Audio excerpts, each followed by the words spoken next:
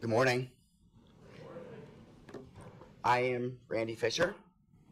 I am the design partner at Developer Town. What?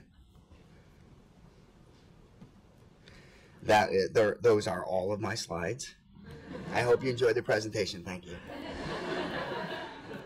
Just kidding. I am the design partner at Developer Town. I've been there for about 10 years. So what that means is we are a studio that does both design and development. So generally speaking, people come to us with ideas and we turn those into software. And so I joined in 2012. At the first year of Developer Town, we were actually just working with startups and just doing development work. And I approached two of the partners, managing partners there who started the company, and I said, you know, you really need to add a design component to this practice so that you can understand the users and create great user experiences. And they said, yeah, we believe you, but we want to wait a little bit before we do that. We don't want to take on too much. And so about a year later, they called me back and said, all right, let's go for it. We get it. Everything, all of the applications they were building looked about the same, functioned about the same, and they said, yeah, we understand now how important creating a personalized user experience actually is. And so I joined the company and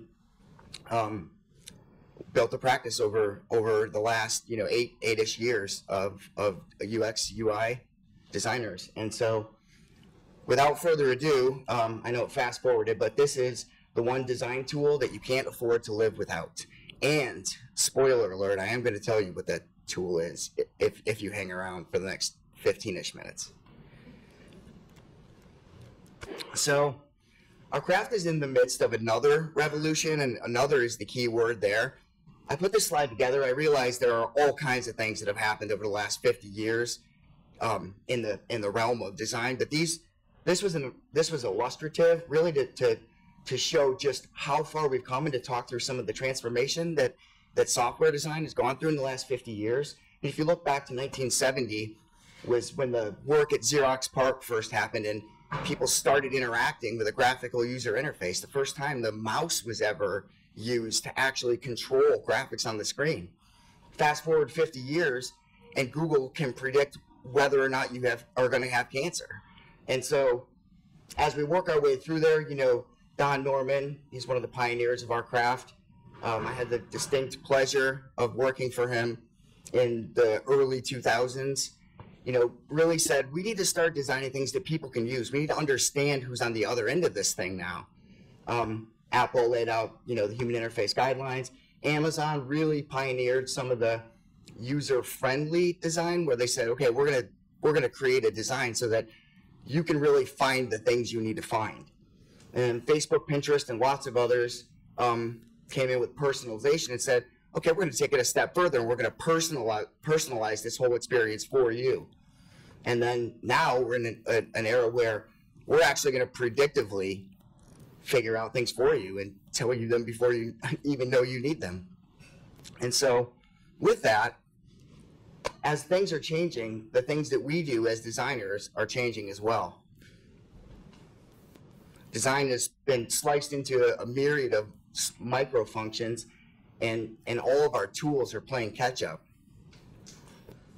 How many people, by show of hands, how many people in here use Figma regularly? Okay, just a couple. How many use Sketch? Wow, almost all of you. It's interesting, I was speaking at an AIGA conference about 3 years ago, and I asked the same question about Sketch, how many people use Sketch. And I looked around, and one person had their hand up, and I said, and I looked closer, and it was actually someone on my team. And so I was like, okay, you don't count, so it's really zero. But you can see how far we've come. 10 years ago, it would have been Photoshop or Illustrator would have dominated. We have tools like, how many people use Abstract? Wow, about half by show of hands. So it's impressive. That is, Abstract is, well, it's becoming a lot more, but really it's treating versioning and design files almost as if they were code, the same way development has been doing it for years. That wasn't even a thing a few years ago, and it's a thing now for sure. So I went and looked at the 2018 Design Tools survey.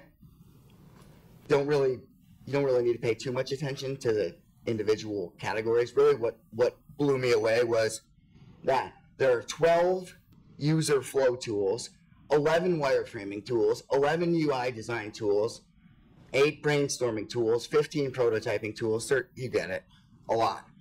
There's tools all over the place, right? They're everywhere, and they're starting to overlap each other. Look at this. So in 2018, Envision raised $115 million for new product development. Figma raised $40 million in 2019. Abstract raised $30 million in 2019. And poor old lowly SketchUp only could raise $20 million, or chose to only raise $20 million. $20 million for new features. So what's that mean? Changes are coming. The tool companies are already making all kinds of promises to us. They're firing in new features as fast as we can update our software, and they're starting to overlap each other. You know, a few years ago, we started using Zeppelin as part of our process to create assets and to do the handoff between design and development. Now, Abstract, Envision, a handful of large tool makers have all incorporated that whole thing right into their suite. So we have decisions to make. Do we keep using it? Do we switch? Do we go back? Is this good? Does it do everything we need to do? It's driving me crazy. It's distracting us all from our primary objective, which is to create things people love to use. It's not about the tool at the end of the day. It's about creating something that makes someone's life better, that makes their job easier, something they like to use. So how do we decide which of these tools we actually need to do our job? Well, it should make us more efficient and or effective and or satisfied. It should make the solutions that we design better. And by better, I mean more loved by the people that are using them and by the people creating them. Because let's be honest, if it's better for us, if we have a better experience, we're going to create better solutions in the end. So without further ado, the moment you've all been waiting for, I can see everybody's about to go crazy here. The best design tool on the market is, anyone want a drum roll? The word why. Simply the word why.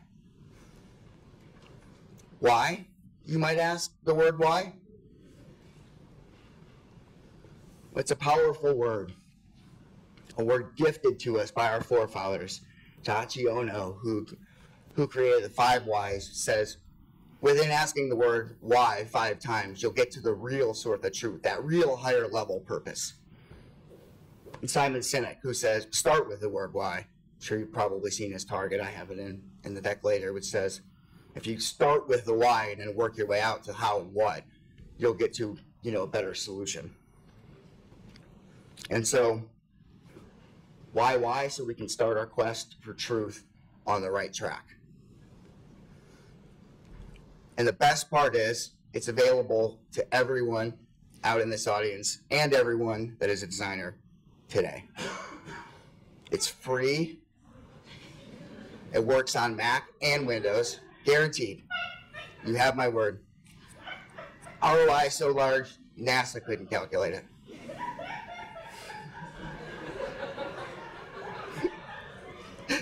Touchdown.